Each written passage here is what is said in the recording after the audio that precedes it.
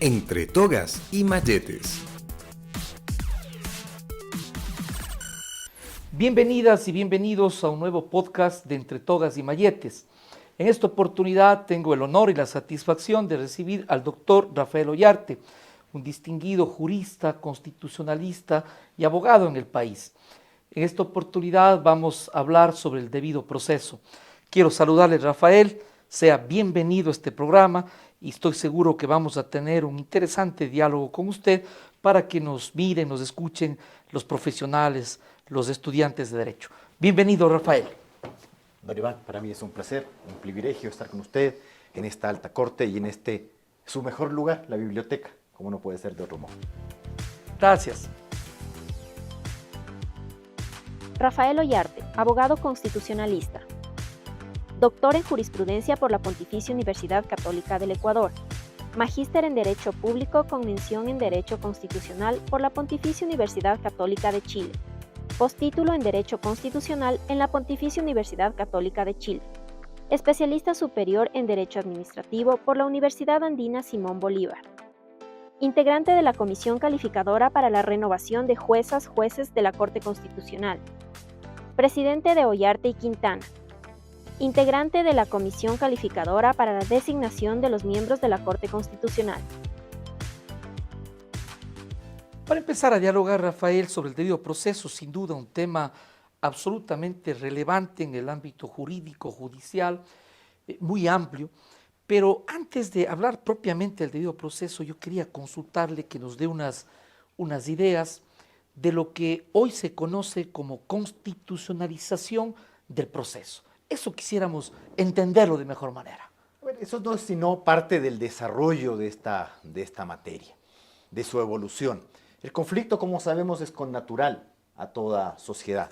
Y cuando se produce el conflicto lo podemos resolver de dos formas. A la mala, es decir, salvajemente, o civilizadamente. Y para eso se han establecido ciertas reglas. Cuando se produce un conflicto, bien sabemos, este puede ser producto de la malicia, es decir, alguien que quiere afectarle a otro, o abusar de otro, o actuar fraudulentamente, pero también debemos entender que el conflicto muchas veces se produce de buena fe, es decir, diferentes posiciones sobre un mismo asunto. Es decir, muchas veces usted tiene dos verdades. Y claro, esto tiene que ser resuelto. ¿Quién tiene que resolver esto en un Estado de Derecho? Decimos un tercero imparcial. Es decir, un tercero ajeno a la contienda que le dará la razón al uno o le dará la razón al otro.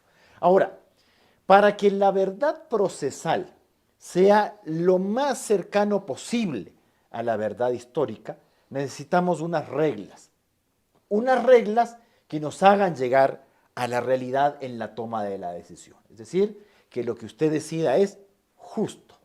¿Por qué? Porque los jueces se equivocan. ¿Pero por qué se equivocan los jueces?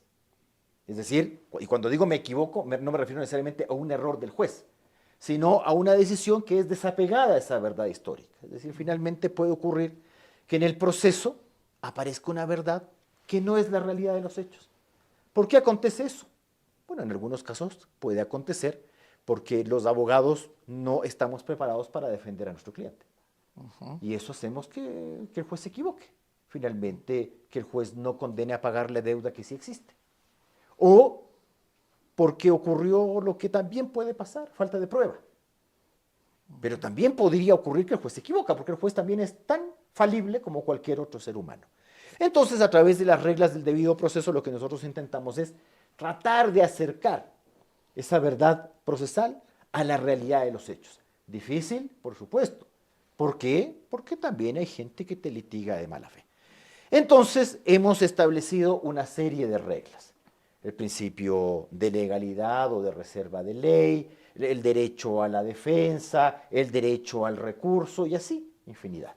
Ahora, originalmente, el proceso era el proceso legal y cada nación hacía su propio ordenamiento jurídico y eso hacía también que, más allá de las copias que se veían, es decir, uno inspiraba su derecho en algún ejemplo, ¿ya?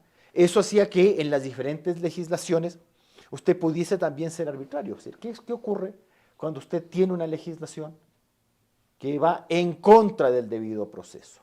Y de ese comenzó a hablar de la famosa constitucionalización del derecho en general. Originalmente, cuando hablábamos de derecho constitucional en el siglo XIX, nos referíamos a la forma de distribuir el poder. Por eso es que las primeras constituciones eran constituciones orgánicas. Establecer un poder ejecutivo, un legislativo, un judicial.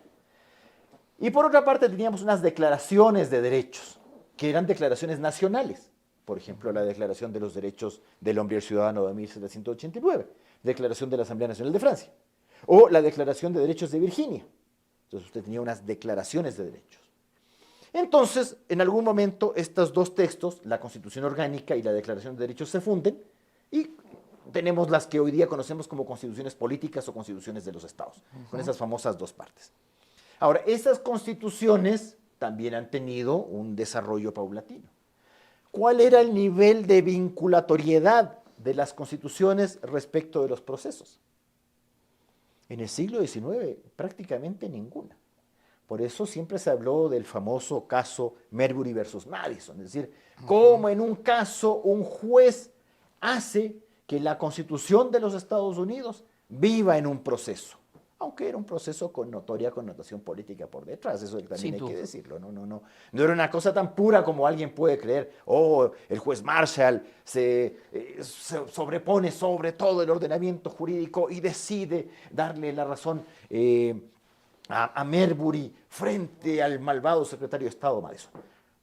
Marbury era precisamente uno de los partidarios del gobierno anterior y era básicamente una creación para que la Corte Suprema de los Estados Unidos pudiese controlar la legislatura.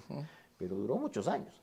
En Ecuador, todas las discusiones que existieron respecto de si los jueces debían o no aplicar la Constitución en los casos concretos. Esto que duró todo el siglo XIX, con el famoso caso Irigoyen de por medio, ¿ya? Un tribunal militar que condena a pena de muerte a Irigoyen cuando la Constitución lo impedía. Violando el principio de legalidad. No, porque la ley sí decía que la pena aplicable a Irigoyen era la muerte, en los casos de sedición, pero era la Constitución la que decía que no había pena de muerte en delitos políticos, y la sedición era uno de ellos. Debía imperar la norma constitucional más allá de una legalidad estricta. Exactamente. Constitucionalidad sobre legalidad. Pero ahí venía la otra discusión. ¿Puedo yo ejercer una competencia que no tengo? Claro. Es decir, yo puedo declarar la inconstitucionalidad de la ley. Y esa es una de las cosas muy interesantes de ese fallo. Cuando la Corte Suprema Marcial revoca el fallo del Consejo de Guerra Verbal, le dice eso al Consejo de Guerra Verbal. Es cierto que la Constitución es suprema, pero también es suprema respecto de mis facultades. Pues yo no tengo la facultad de declarar la inconstitucionalidad de la ley. Eso le corresponde al Congreso según la Constitución. Claro. Entonces, claro, las constituciones quedaban muy limitadas a que el propio legislador ecuatoriano dijera la ley que yo he hecho es inconstitucional. Y los jueces se amarraban pues, respecto de esa ley. De hecho, hubo un conflicto también muy interesante entre la Corte Suprema de Justicia y el gobierno de Carlos Alberto Arroyo del Río, porque en algún caso la Corte Suprema de Justicia le declara la inconstitucionalidad a un decreto.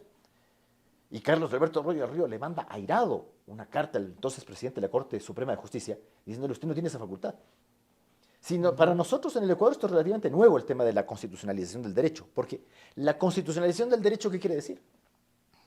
Que el legislador también se somete a la Constitución a la hora de producir las normas. Pero no solo eso.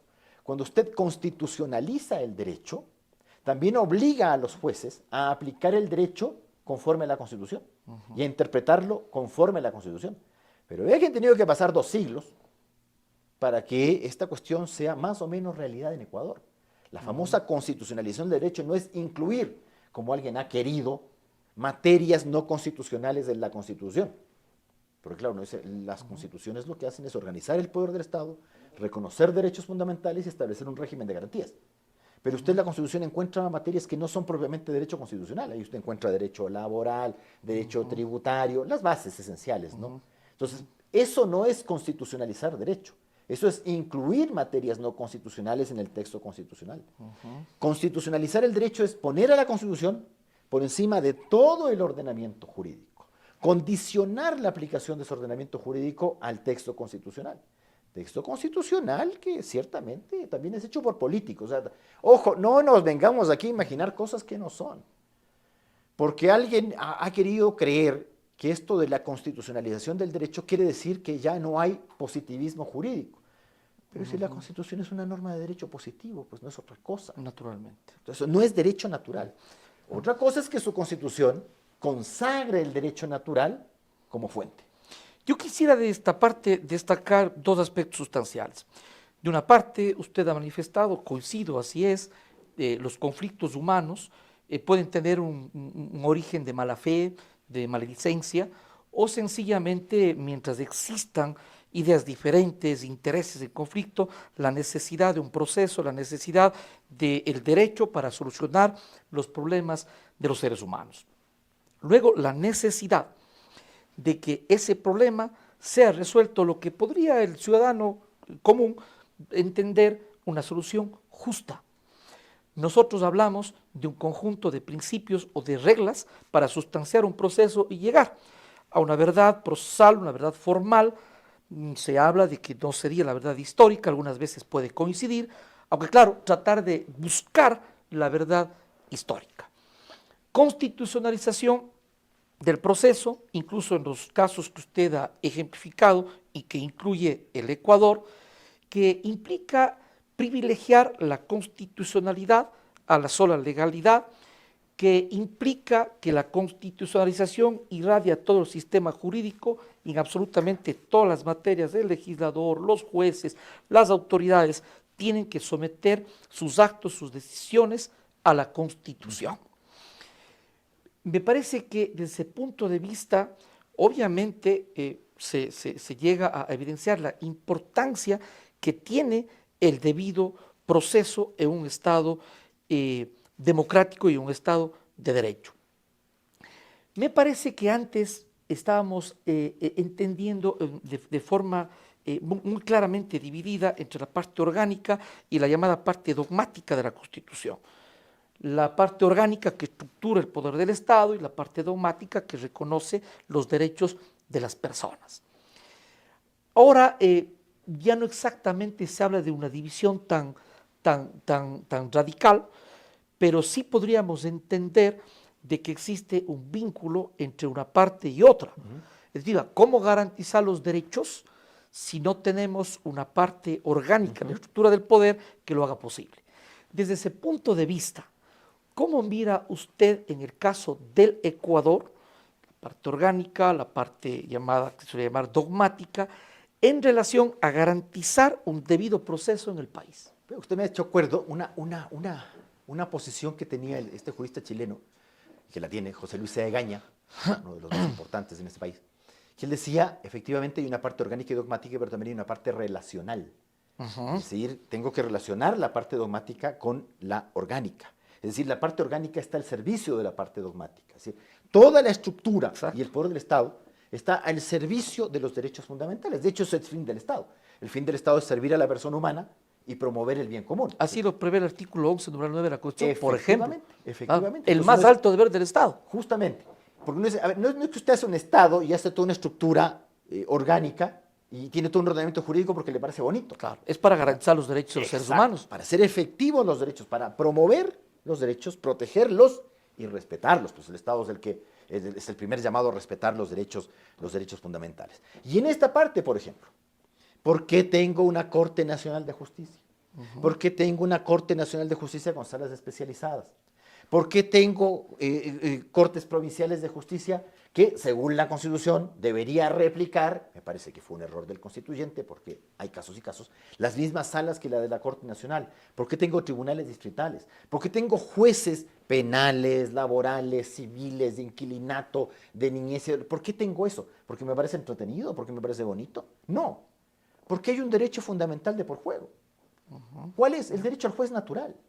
Entonces, claro, si yo tengo un conflicto, vamos a poner un conflicto de buena fe, que son la mayor parte de los conflictos, porque si no fuese así, los jueces se pasarían condenando en costas. Por Se supuesto. pasarían condenando en costas por litigio malicioso o por litigio temerario. No, a veces hay diferencias de posición. Yo tengo mi verdad, tú tienes la tuya. ¿Ya? Pero si quiere, ponemos un caso muy sencillo para nuestros amigos estudiantes. Si usted va a la tienda y pide que le vendan un cartón de huevos, y usted cuando le entrega se le caen los huevos, el uno le va a decir, deme otro cartón, y el otro le va a decir, si me lo paga otra vez. Y ahí viene la contienda. Se establece un conflicto. Exacto. Entonces, alguien tiene que resolver esto, porque entre nosotros dos no vamos a terminar. Tenemos diferentes posturas y diferentes posiciones. entonces vamos a donde ese tercero imparcial. Tercero imparcial que debe ser competente e independiente. ¿Y por qué decimos estas tres cosas tan importantes? Competencia, independencia e imparcialidad. Cuando nos referimos a competencia, muchas veces nosotros los abogados nos referimos a la competencia procesal. Bueno, esa competencia procesal tiene una razón de ser. Esa competencia en razón de la materia, los grados, las personas, el tiempo, el territorio. Tiene una razón de ser, no es gratuito. No es una cosa salida de ahí, ilógicamente. No, tiene una razón de ser.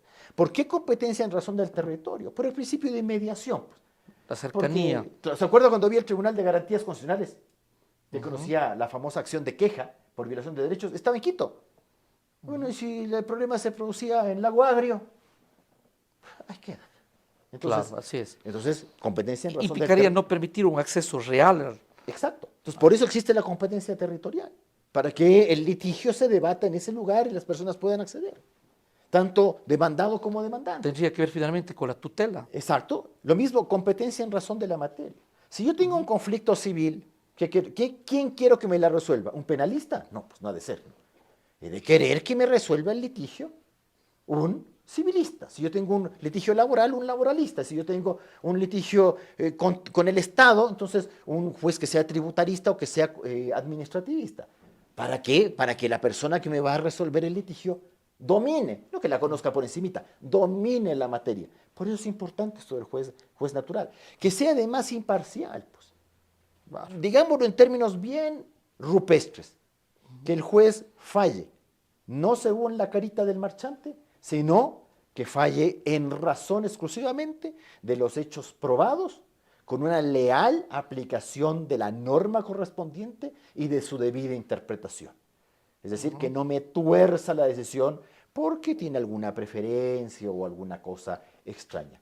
Y que sea independiente. La independencia judicial es una cosa que en Ecuador se ha venido luchando durante tantos años y usted lo conoce más que nadie. Es decir, a los políticos les cuesta soltar el tema de la justicia. ¿Y por qué les cuesta soltar el tema de la justicia? Primero porque algunos dicen, vamos a los casos más extremos, ¿qué es lo que se pretende? Asegurar impunidad. Entonces, si yo tengo juez personal, entonces yo puedo hacer lo que se me da la gana.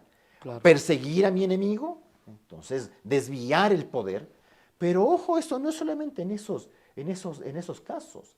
Por ejemplo, cuando usted litiga contra el Estado, usted me puede decir los jueces del contencioso tributario, del contencioso administrativo son parte del Estado. Sí, pero no son parte de la administración, pues. Claro. Porque si fueran parte de la administración, ¿qué puedo esperar yo aparte de darme contra la muralla? Ya no serían Nada. jueces independientes. Entonces, ahí usted tiene una elemental regla del debido proceso, que es el juez natural. Lo que usted me dice, el principio de legalidad o de reserva de ley. A ver, los seres humanos somos libres, ¿cierto? ¿Y qué es la libertad? La libertad no es libertinaje, no es hacer lo que a mí la que a mí se me canta, pues. La libertad consiste, dice la Declaración de los Derechos del Hombre y Ciudadano, en hacer todo aquello que no daña a los demás ni a la sociedad. Entonces, en principio, yo puedo hacerlo todo. Con el límite. Exacto. Mi límite es No los afectar a los derechos del resto y de la sociedad. Ahora, ¿quién me dice? Porque alguien me tiene que decir, porque si no vamos a poder... los conflictos no acabarían nunca. ¿Quién me dice cuál es ese límite? ¿Cuál es el derecho del otro?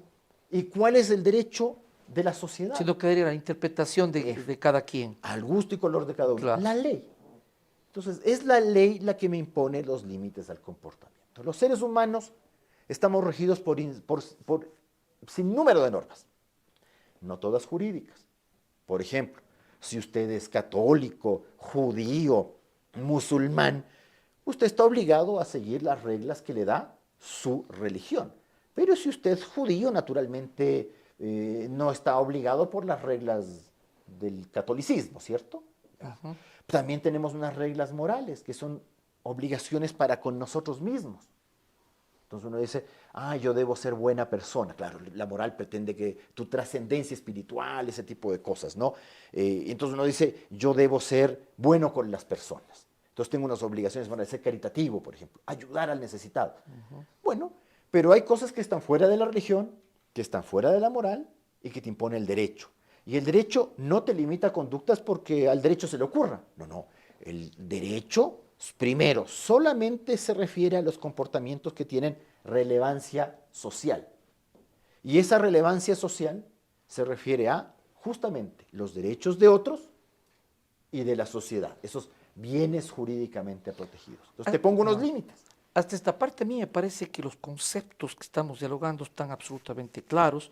Hemos hablado de la constitucionalización del proceso, hemos hablado de algunos componentes como el juez competente, la competencia formal, la competencia material, la independencia, la imparcialidad, que son de lo más importantes para que el ciudadano pueda solucionar su conflicto y sepa que se aplicó el derecho, o lo que el ciudadano puede entender que se hizo justicia. En este punto, me parece interesante que podamos reflexionar de su experiencia académica, de su experiencia profesional, de su experiencia como litigante.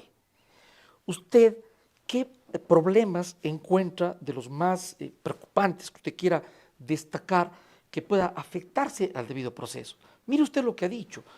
Un ciudadano acude al sistema de justicia y, oiga, simplemente resuelva de acuerdo a los hechos probados, aplique el derecho, no tuerza el derecho. ¿En dónde está el mayor problema? ¿En la independencia? ¿En la imparcialidad? ¿En la motivación de las decisiones, como preceptó el artículo 76.7, literal L de nuestra Constitución? ¿Qué aspectos de su experiencia encuentra más problemáticos? A ver, a veces el decisionismo, y a veces el decisionismo de los jueces viene acompañado de una falta de ley, en un país en el cual sobran las leyes. El Ecuador es un país que sobreabunda en leyes, y siempre estamos que con la reforma legal, que la reforma cual, que aquí y allá. Pero tenemos unos boquerones que son brutales en el procedimiento. Y le voy a hablar de lo que yo hago, constitucional. Y esto podrán dar razón cualquier persona que haga acciones de protección, acciones de habeas data, acciones de acceso a la información pública. Usted sabe cuál es el juez competente, pero sabe que ahora tenemos un liazo, gracias a fallos de la Corte Constitucional, respecto de la competencia de los jueces, que era muy clara en la ley, clarísima. El juez competente es el juez del lugar donde se emite el acto o donde se incurre en la omisión o donde ésta puede tener efectos. Y luego comenzamos con el tema del que no, que el domicilio, que yo tengo por acá, por allá, o temitas de que cualquiera puede presentar la demanda y eso hace que un tal personaje sea liberado por un juez de cualquier lado por una demanda propuesta por cualquier persona. No me estoy refiriendo solo a eso, me estoy refiriendo a algo que ha pasado desde el inicio. Porque cuando uno hace las normas, lo primero que debe tener siempre es los pies en la tierra. Y a veces le ocurre a nuestro constituyente y también a nuestro legislador que no las tiene sobre la tierra, sino que con este idealismo se pasa los derechos. No puede trabajarse por el país y por el derecho como de un laboratorio. Claro. A ver, yo me acuerdo con el amparo pasaba algo. Yo me acuerdo que a veces conversaba con la gente que estaba preparando el proyecto de la Constitución 2008, que escucharon unas cosas y muchas no, la mayor parte no. Yo recuerdo que el amparo era tan cómico que el juez estaba obligado a calificar inmediatamente la demanda y a señalar la audiencia para el día siguiente. Me decía, pero perdóname, yo le decía a la gente, ¿cómo preparas una defensa en mediodía? Entonces los jueces se saltaban la norma, porque la norma era imposible. O sea, imagínense que yo le llegue a usted, que alguna vez me pasó, a las 6 de la tarde, una demanda y un traslado diciéndome que la audiencia es para el otro día a las 8:30. Pero si nosotros tenemos una anécdota, algunas veces fuimos con la misma ropita que fuimos el día a la oficina, con la misma ropita fuimos al otro día al juzgado. Y tuvimos que preparar como se pudo. Como se pudo. Se le está finalmente limitando la posibilidad del derecho a la defensa, de contar con el tiempo para poder preparar. Claro, entonces yo a veces le decía a estas personas que son muy adictas a los derechos humanos, a veces tan adictas que los violan, yo le decía, pero perdón, si tú estás creyendo que el que demanda tiene la razón porque demanda un derecho humano, entonces que venga la condena junto con la demanda porque no hay necesidad de defenderse en esto. O sea, el tipo está diciendo la verdad, entonces eso es lo que me estás diciendo. Y eso es lo que pasa hoy día en las acciones de defensa de derechos. Si bien ya se quitó esa norma absurda, porque era realmente absurda. Cuando usted llega a una audiencia de protección, te voy a hacer una pregunta. ¿Sabe usted cómo se va a actuar la prueba? Bueno, usted sabe cómo se actúa la prueba en un juicio civil, en un juicio contencioso administrativo, en un juicio laboral. Le queda bien claro el tema de la audiencia preliminar, la audiencia de juicio. Todo eso le queda clarísimo. La lógica de un sistema adversarial bajo un principio dispositivo que rige tanto COGEP cuanto COIP. ¿Y en constitucional? Es diferente. Eso es lo que hay que entender. ¿Es diferente o es lo mismo? Entonces tú tienes jueces. Conceptualmente es diferente. Depende de cada juez en cada juzgado. Bueno, eso sería la praxis, ¿no? Que cabalmente debemos ser críticos. Usted en ese momento se entera cómo van a ser. Entonces, incluso hay jueces que yo digo, está bien, ¿no? Esta audiencia va a ser así. Ah, gracias, me acabo de enterar. Por lo menos me lo dice, ¿ya?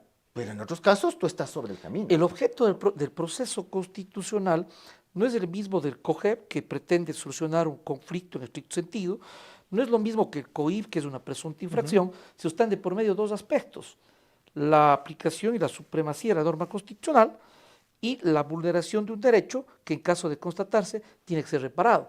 Y eso lo prevé la propia Ley Orgánica de Garantías Jurisdiccionales y Control Constitucional. Si esto es así, es una lógica diferente. Sí, pero claro, por ejemplo, en la ley de garantías, lo único que te dice es que tú en la demanda tienes que enunciar la prueba.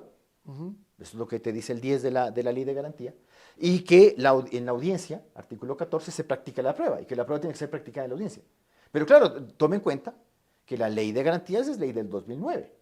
Claro. Y que en muchos se elaboró con el código, con el procedimiento civil que tenía usted antes. Claro, como que responde a otra Exacto. lógica. Y de repente tienes un COGEP. Entonces tú dices, a ver, ¿cómo debo yo reproducir la prueba documental? Entonces hay jueces que te obligan a que tú tomes el expediente en los 20 minutos además, porque el problema aquí son 20 minutos. Claro. Que en los 20 minutos... En mi opinión, no debe estar establecido un tiempo. Tú En las tomes- otras normas no lo está. Pero claro, lo que pasa es que el abogado ecuatoriano es hablador. Bueno, pero el juez puede, obviamente, controlar eso, pero un tiempo así ya determinado. Ahí se te sale... Vea, yo hay dos cosas que debo reconocer. Yo no podría ser juez. Te lo digo así frontalmente. Yo no podría ser juez, porque a veces no sé cómo tienen paciencia para estar aguantándose discursos, porque hay gente que cree que una audiencia de acción de protección es una clase de algo. Y le empiezan a explicar al juez qué es la acción de protección y te empiezan a repetir los 3 requisitos y esto y el otro. Discursos Y uno le circulares, dice, pero, impertinentes. oye, a uno los 20 minutos a veces le falta y uno dice, pero, y este otro está haciendo tiempo. Y o sea, lo peor que es con eso no se convence al juez, no se le persuade. Claro. Más bien el juez lo que quiere es conocer de forma concreta los hechos, que es lo que plantea, para tener los instrumentos, la información para poder adoptar su Pero mejor entonces, resolución. Cuando uno está en una de estas, uno dice, a ver, hay jueces que te dicen, no, usted me coge el expediente del tribunal y me reproduce la prueba leyendo y todo, ya, uno lo hace. Hay otros que dicen, no, con su propio expediente. Hay otros que dicen, no, solo refiérase. Entonces, claro, es una adivinanza. Uno dice, a ver, ¿con qué me voy a encontrar yo aquí en este momento? O sea, Formas diferentes de llevar la exacto, audiencia. no tienes claridad de reglas. Por ejemplo, ahora ya es bastante común tener testimoniales A mí, en acciones de a protección. mí, ¿sabe qué es lo que me parece en ese punto? Como es una norma que no ha sido reformada y luego viene el COGEB y el COIF, podría ser que, como todos los jueces conocen garantías jurisdiccionales, podría ser que el juez está como con una lógica de COGEB o una lógica de COIF.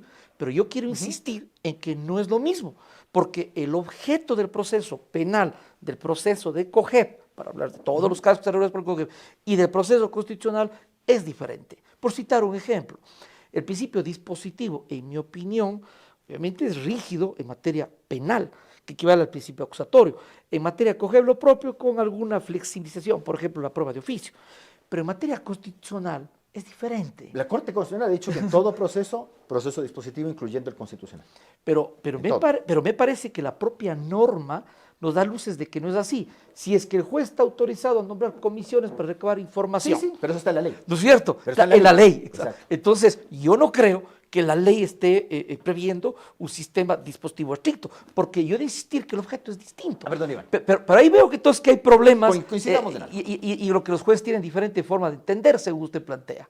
Nuestro proceso constitucional, y en general nuestro proceso, ¿es un proceso oral o es un proceso con audiencias?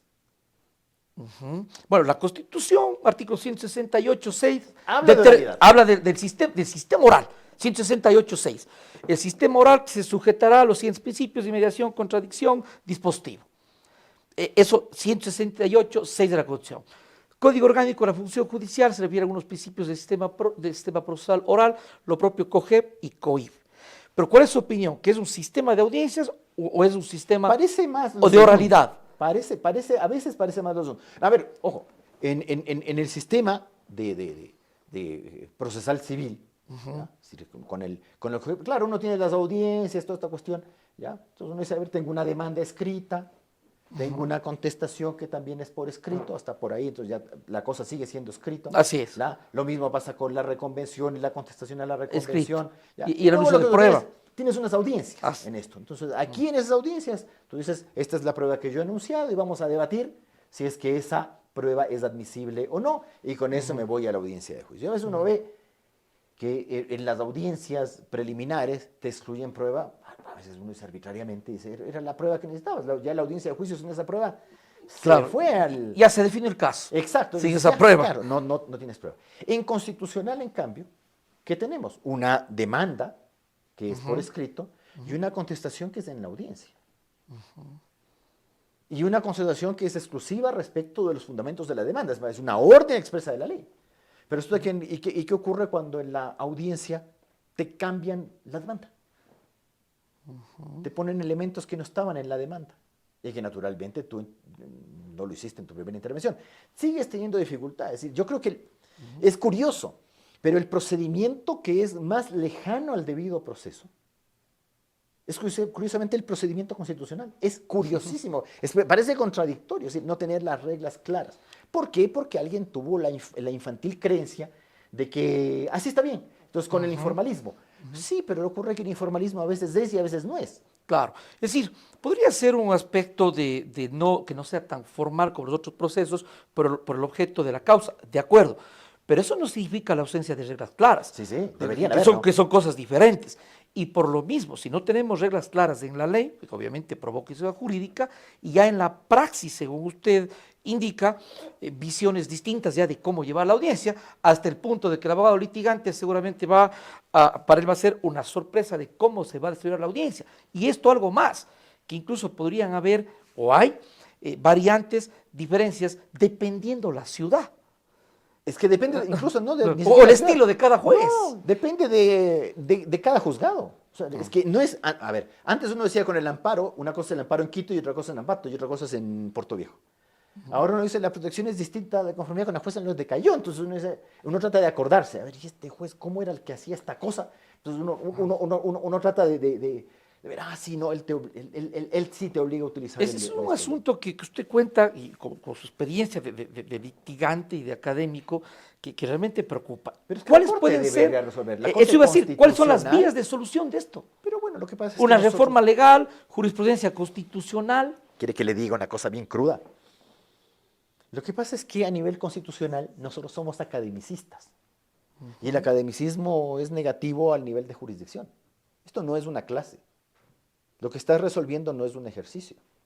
No es un caso para enseñarle a nadie. Tú estás resolviendo un drama humano. De la vida real. Exacto. Y a veces se te olvida eso. A ver, el tema de la motivación. ¿Cuántas veces, y pasaba especialmente con la llamada corte cervecera, cuántas veces la corte cervecera se bajaba a una sentencia diciendo no está motivada? Y punto. Y decía, pero el fallo que me dice que no está motivada la sentencia impugnada es más inmotivado que el fallo impugnado. ¿Sí? O sea, tal como Esa te dijo, paradoja. sí, pudo ser no. Claro. Entonces, uno ve incluso con la actual corte. ¿No será que a través de, sobre todo en la época que usted refiere, a través de la falta de motivación, se terminaba resolviendo o dejando de resolver? Pasan muchos tiempos, podía haberse llegado incluso a afectar la independencia interna de la función judicial, porque el juez es el llamado a resolver. Yo no quiero decir con esto que no sea necesario, usted, la norma constitucional y conceptualmente es indispensable la motivación, de acuerdo, pero lo que creo es de que debe estar claro los límites, porque de pronto el juez tiene una herramienta para sencillamente, por falta de motivación, dejar sin efecto una sentencia. Esto tiene sus riesgos. ¿Cómo mira usted? Yo creo que esta corte en principio, con ese famoso fallo 1158, quiso tratar de poner las cosas en un sitio que uno decía, pero parece también una vuelta en redondo. Es decir, yo como Corte Constitucional no le voy a decir al juez que se ha equivocado a la hora de fallar. Es decir, ciertamente, absolutamente excluido la apreciación que de los hechos hacen los jueces respecto de las cuestiones que están o no probadas. Eso no se lo voy a decir. Pero en lo otro, es decir, este tema de la incongruencia, este tema de la motivación insuficiente, en algunos casos la Corte es muy estricta ¿Por qué no vamos a engañarnos? Es decir, yo también le puedo sacar la perimbucha a cualquier fallo y usted también le puede sacar la perimbucha a cualquiera de mis demandas. ¿Por qué? Porque somos seres humanos y Claro. tenemos ahí alguna cosita, ¡ay, aquí tengo! Coloquialmente, poner un pero. Exactamente, encontrar el algo, tamaño de la letra o el, Claro. o el espaciado del interlineado, lo que sea. A ver, ¿qué es lo más arbitrario que usted encuentra hoy día en Ecuador? También hay que problemas de decirlo, motivación. de problemas de motivación. Lo más grave, y también es totalmente contradictorio con lo que debería ser, los autos de admisión e inadmisión en la Corte Constitucional. Es decir, usted tiene, a ver, aquí estuvo Felipe Rodríguez, me acuerdo que él alguna vez me mostró una demanda MDCB, una demanda de protección. Y no le miento, era plana y media. Plana y media, o sea, no, ni siquiera, usted me va a decir, sí, pero las demandas no se pesan. Pero perdón, en plana y media no te entran todos los requisitos que te exige la Corte Constitucional. Claro. En una acción extraordinaria. Para Es que analizarlo solo no siquiera. entran. Porque claro, tienes que poner tus generales de ley, cuál es el tribunal que expidió el acto impugnado, cuál es la decisión judicial que impugna, cómo se integró el tribunal, cuáles son la relevancia constitucional, porque más te hacen poner eso, la relevancia constitucional, cuáles son los derechos fundamentales violados, esto y el otro.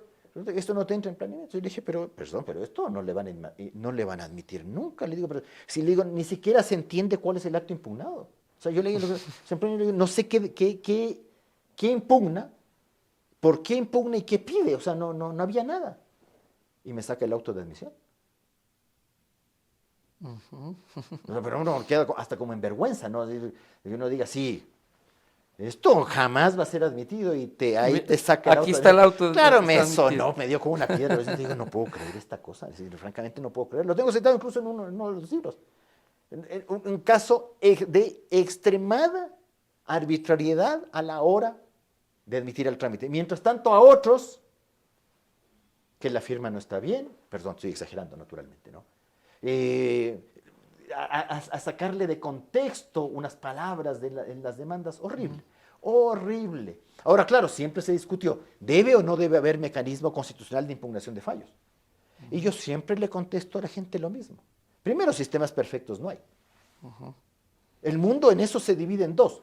Países que tienen un sistema de impugnación constitucional de fallos, que somos los menos, y los que no lo tienen, que son los más. Ahora, siempre es más verde el prado en el jardín del vecino. Cuando nosotros no teníamos un sistema constitucional de impugnación de fallos, le envidiábamos a los colombianos. Y los colombianos nos decían, no se metan en esto. Es bien complicado el asunto. Hay casos de arbitrariedad y de otras cosas también en esta cuestión. No se metan. Entonces, claro, los que lo tenemos, observamos las razones por las cuales no deberíamos tenerlo, y los que no lo teníamos, observamos las razones perniciosas de no tenerlo. Y alguna vez vi un fallo de la Corte Suprema de Justicia, en el que se dictaba una sentencia y 2 semanas después estaba la revocatoria de la sentencia. Pero claro, usted dice, pero eso no se puede hacer. No se puede, pero ahí se pudo.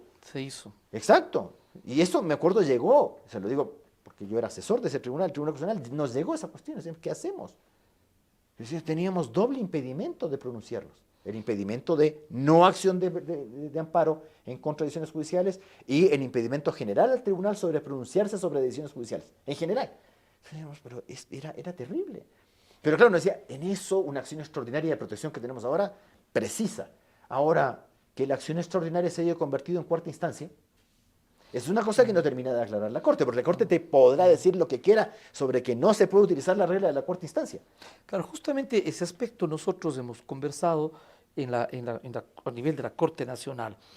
Yo creo que se debe superar un error, y yo he escuchado a algunos incluso abogados, plantear de que la casación no debería ser extraordinaria invocando la tutela y la posibilidad de impugnar. Y luego haciendo un parangón en cuanto a la acción extraordinaria de protección. Tienen diferencias, pero lo que quiero destacar es de que tienen que ser excepcionales. No puede convertirse la casación en una suerte de tercera instancia y la acción extraordinaria de protección en una suerte de cuarta instancia, en donde el abogado litigante a su defensor diga, mire, hemos perdido el caso, pero aquí tenemos 2 posibilidades más. Creo que es un tema no solo de conceptos y de normas, sino inclusive, tenemos que hacer uso de mea culpa, ya como abogados del país, hacernos una culpa hasta qué punto nosotros estamos de pronto abusando, desnaturalizando la casación y la acción extraordinaria de protección. Creo que en eso también hay que ¿Quiere pensar. que le diga cuándo se va a acabar eso? Eso no se va a acabar ni con reglas, ni con reformas legales de este es el requisito, esta es la condición. Se lo voy a decir clarito, me voy a pegar un buen balazo. Cuando usted ponga el nombre del abogado en la sentencia. Es decir, cuando usted ponga, perdón, mis colegas me van a pisotear por lo que estoy diciendo, es lo mismo. Cuando usted me ponga en un fallo de la Corte Constitucional quiénes son los defensores en las instancias y en la extraordinaria. ¿Quién se está lanzando a esa maravilla? Del uno y del otro lado. Del uno y del otro lado. Porque también hay que decirlo, ¿cuántas acciones extraordinarias de protección se hacen procedentes? Porque ha habido un abogado viciando el proceso. Claro, obvio, ese es el trasfondo para poder justamente Es que aquí no es que la cosa discutir y es resolver una acción extraordinaria de jueces protección. versus abogados, abogados versus profesores, profesores versus el resto del mundo. No, no es así. Es que todos tenemos nuestra partecita. Y la academia también tiene la suya. También me voy a lanzar, me he lanzado contra mis colegas y de mí mismo. Esto de que haya universidades que parecen impresoras de cartones, ya pues. Porque además en el Ecuador todos somos tenemos problemas epidérmicos cuando nos dicen las cosas. A ver, a nivel de Corte Nacional de Justicia, ¿quién puede ejercer? ¿Un abogado recién graduado puede ejercer a nivel de Corte Nacional de Justicia? En Ecuador sí. Claro, no hay ningún límite. En Ecuador sí. ¿Y en otros países? No. Usted, como todo en la vida, va subiendo. Y va subiendo paulatinamente. Si usted quiere ejercer en Corte Nacional de Justicia o Corte Suprema, tiene que haber ejercido durante muchos años para llegar acá. Lo que usted dice, una casación. Y lo mismo pasa con las extraordinarias. Es que no es cosa de hacer casaciones. Claro. Es difícil. Es una lógica distinta a la instancia. El abogado ecuatoriano está muy hecho a referirse a hechos, prueba y todo lo demás. Claro. No a lanzarse contra la impugnación de la decisión. Claro. Independientemente de Y los la hechos. casación, por ejemplo, la sentencia como tal, impugnada, vía casacional, es un tema estrictamente jurídico, problemas de derecho. Controlar la legalidad del fallo. Control de la legalidad, de errores de derecho, tal cual lo prevé el Claro, artículo lo mismo que 10 del que Código la Orgánico extraordinaria, es un Judicial. control de constitucionalidad del fallo. Claro. Uno de legalidad y el otro de constitucionalidad. Exacto. Aunque Claro. siempre el tema de la motivación ayuda, ¿no? Para Claro. hacer lo mismo en la casación y lo mismo en la extraordinaria. Parece que esa es la que sale al rescate y que a veces es la fuente de la arbitrariedad. Pero, a ver, ¿no deberíamos los abogados ser calificados para ejercer, por ejemplo, a nivel de Corte Nacional, por la Corte Nacional? Porque, vea... Obviamente debería estar esto previsto en la ley, Sí, por aunque supuesto. no a todos Verá, les va a gustar, ¿no? no va- por eso Pensar mismo. que se limite el acceso a todos los profesionales. Acá no va a pasar... Algunos profesionales jóvenes dirán, no, yo estoy preparado, en fin, ¿no? Vea, no va a pasar Claro. nunca. Ah, Y le voy a decir, nunca va a ocurrir eso. ¿Por qué razón? Por lo que usted está indicando. Sí, pero los abogados también cumplimos una función social, pues. Por supuesto.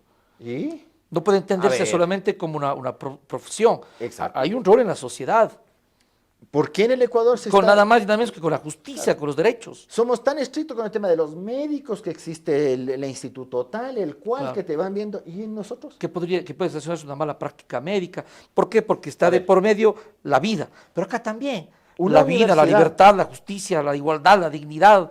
Una universidad, ¿Ah? y lo digo por lo que hacen en otros países, ¿regalaría la licenciatura sabiendo de que ese licenciado tiene que ir a pasar un examen en la corte?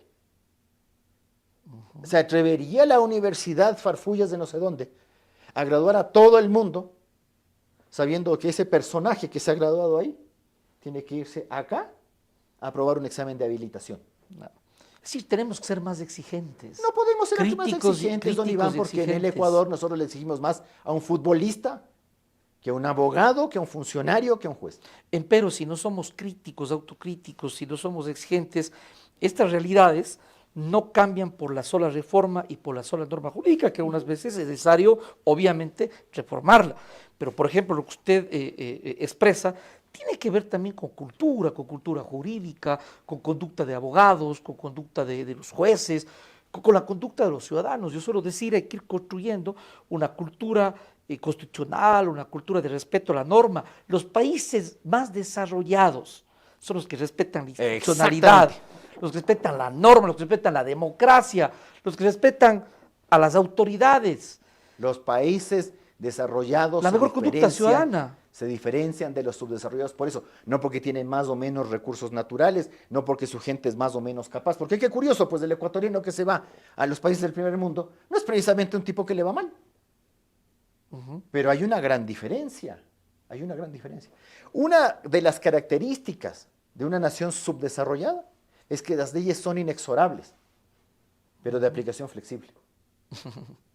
En los países desarrollados las leyes son flexibles, pero de aplicación inexorable. Y por eso usted ve, pues, el ecuatoriano cuando se va a ciertos países no cruza pues la calle por cualquier lado. Claro. Ahí sí llegas a la esquina. Sabe que allí está en otra realidad y la Claro, norma ¿por qué no te se pasas va, por se va debajo? a aplicar. ¿Por qué no te pasas por debajo de las líneas en el John F. Kennedy? A ver, ¿por qué no te vas a Nueva York y se te ocurre pasarte por debajo? Llegas al Mariscal Sucre, hijito, Y cabalmente, Rafael, por eso este diálogo que como Corte Nacional de Justicia, estos diálogos, este podcast que estamos haciendo, yo quiero indicarle que a mí me parece de lo más valioso lo que nosotros hemos llamado la justicia abierta, el acercar al sistema de justicia a los ciudadanos. Por ejemplo, este diálogo. Mirarán muchos ciudadanos, abogados, jueces, estudiantes, y no solamente es un aspecto técnico, jurídico, sino lo que hemos hablado, la necesidad de ¿qué? De que la conducta como seres humanos, respetuosos de las normas, respetuosos de los demás, que construyamos institucionalidad. Hace un rato usted hablaba de los problemas de la independencia, que yo suelo decir, reiterar, alguna vez he leído, de politización de la justicia y judicialización de la política. Es decir, el derecho lo que trata es de dar soluciones a problemas humanos, de regular la conducta de los seres humanos. No podemos pensar que todo es la técnica y la academia, sino tenemos que construir cultura. Y en esa tarea debemos estar quienes somos funcionarios públicos, quienes somos académicos, pero también llamar a los ciudadanos. ¿Qué cree usted, Rafael, finalmente? Hemos identificado algunos problemas de debido proceso, algunos problemas que se dan en la norma y en la práctica. ¿Cómo en algo superar?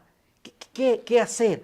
¿Qué decir al estudiante? ¿Qué decirle a los jóvenes para tratar de cambiar esta realidad? al estudiante que sea eso, que estudie.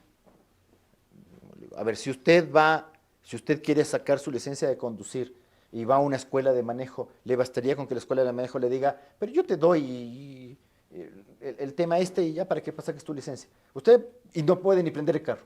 Usted no lo permitiría. Sea exigente con sus profesores, que le enseñen. Es decir, pónganos un poquito. Yo me acuerdo que en el pasado había que preparar la clase, pues, y había que prepararla bien, pues, no, pues salía ahí cualquiera y te hacía una pregunta y te puede dejar mal parado. Al profesor, no enseñe una materia que usted no domina, porque de eso depende lo que aprende el alumno. Y señor profesor, usted no es el dueño de las notas. Usted está cumpliendo una función social. Claro. Sea exigente, exija. Luego ese otro sale a dañarle a alguien. Se equivoca o llega a la función pública. Entonces, estudie, porque aquí no es cosa de decir, es que yo pago una matrícula y me tengo que graduar al como del lugar. Ya, dejemos eso. Los abogados, hay que decirle al cliente la verdad de las cosas, no hay que generarle sobreexpectativas. Lo peor que usted puede hacer es generar una sobreexpectativa a alguien. Dígale nomás. Hablar de la verdad. A veces la gente se te enoja en la propia oficina. Dices, no hay caso, señor. Pero es que no. Así nomás no es la cosa. Entonces, litigar por litigar. Exacto. Y tú le dices, vea, estos son los riesgos del proceso. Ahí viene el entendimiento que cumplimos la función social como abogados. Y tienes que explicarle los riesgos del proceso, porque en el proceso pasan cosas. Muchas veces no se conoce el fondo del tema. Vea, más casos ha perdido el exceso de confianza de un abogado que la incapacidad del otro. Cuidado con esa cuestión, ¿no? Si esto no es fácil. Y los jueces. Yo admiro, porque ya lo dejé de ser, la paciencia de los profesores y la paciencia de los jueces, paciencia que yo no tengo en lo absoluto. Eso de estar escuchando cosas, no dice, pobre. Y tiene que aguantarse unas 2, 3 audiencias de estas. Yo no podría. ¿Ya?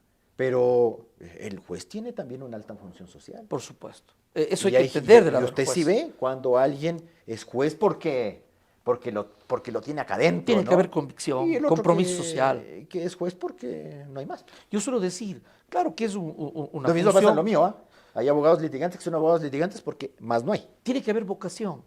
Yo suelo decir, claro, yo soy un juez, es una función pública, un empleo, incluso una fuente de ingresos que quiere todo ser humano. Pero no es una profesión cualquiera. El rol que cumple un abogado, un fiscal, un juez, es una función social. Y tenemos que entender la importancia, el impacto que nuestra función produce en la sociedad. Y por lo tanto, si no estamos con formación y si no tenemos vocación, eso no va a ser posible, Rafael, Exacto. el realmente servir desde la administración de justicia. Todas tus reglas del debido proceso han quedado ahí, en ese caso.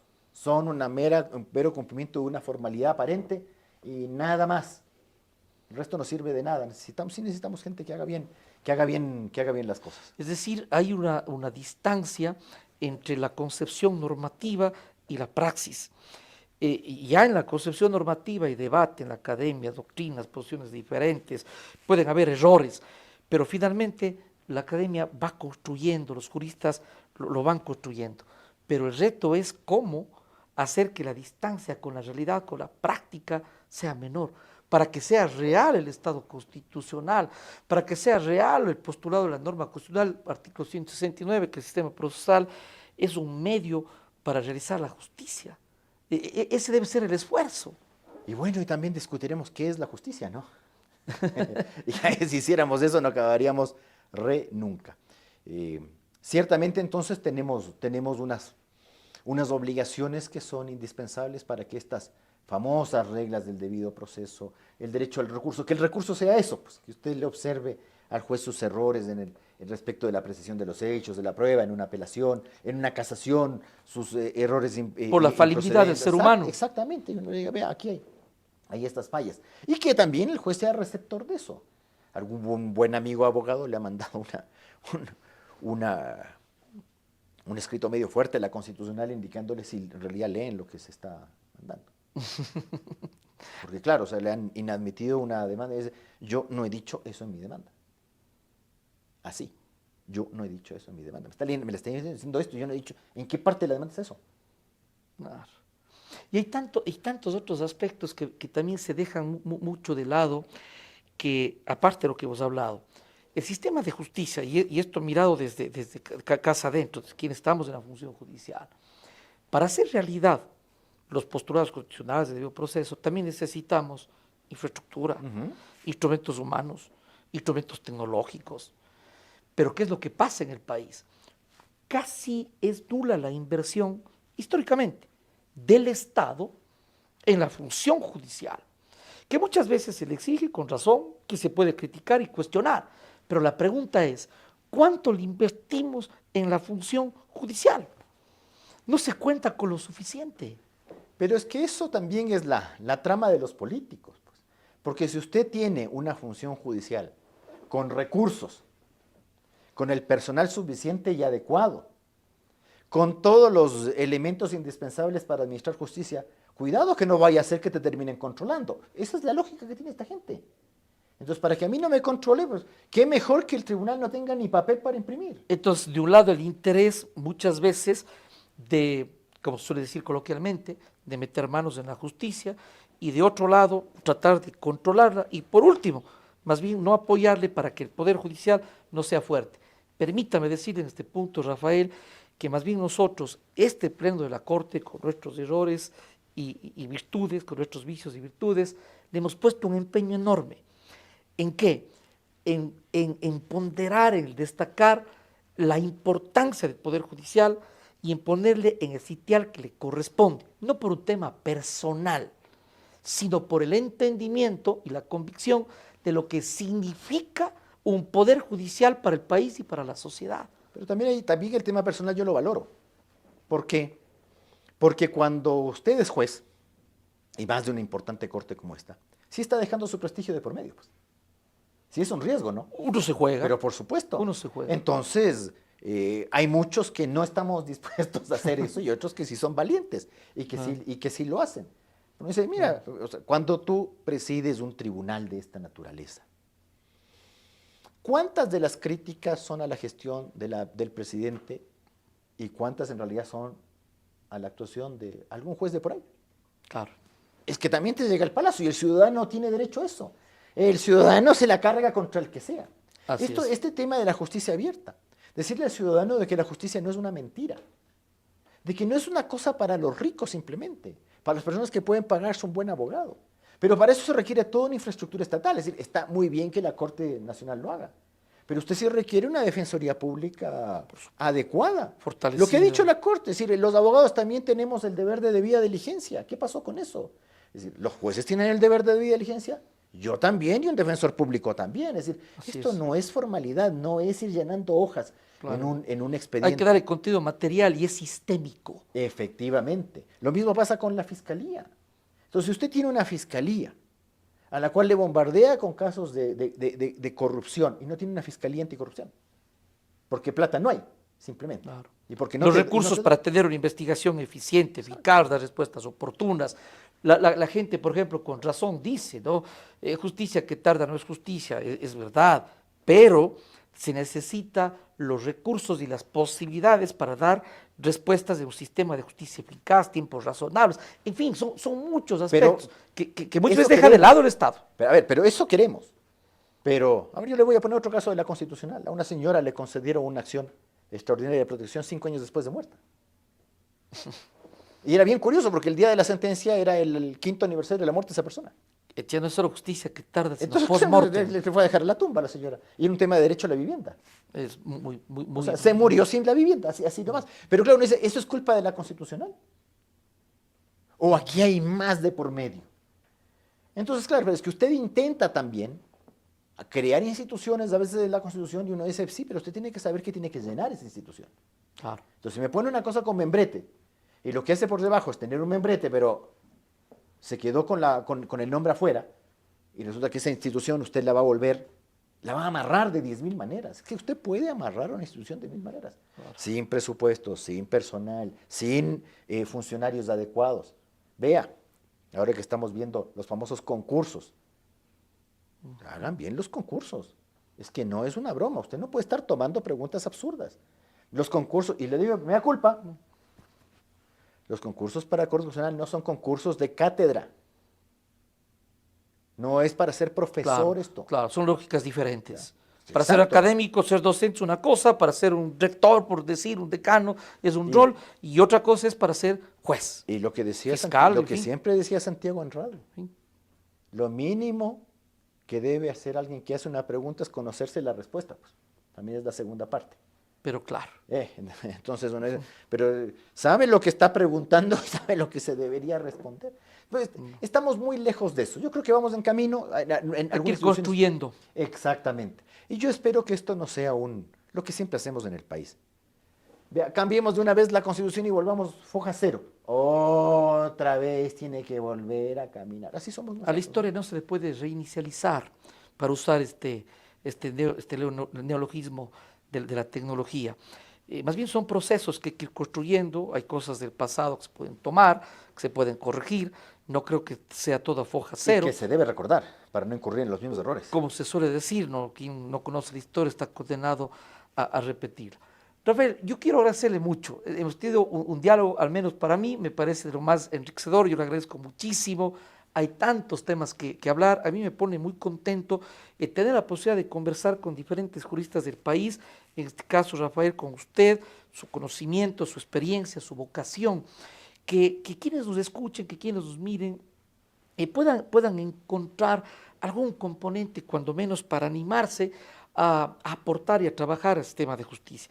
Temas son amplios, quedan pendientes, ojalá tengamos una próxima oportunidad de seguir dialogando. Pero yo quiero agradecerle, reconocerle la posibilidad de poder conversar y pues espero que usted se haya sentido muy a gusto y que este diálogo nos sea útil a todos, que ese es el propósito que perseguimos, Rafael. El privilegio ha sido mío. Yo quiero agradecerle otra vez a usted, a todos los amigos acá en la Corte Nacional por la paciencia que me han tenido y a todos quienes nos están viendo y escuchando un abrazo, es responsabilidad de todos nosotros. Yo recibo las críticas, pero voy a decir que las recibo agradablemente, pues yo tengo amor propio.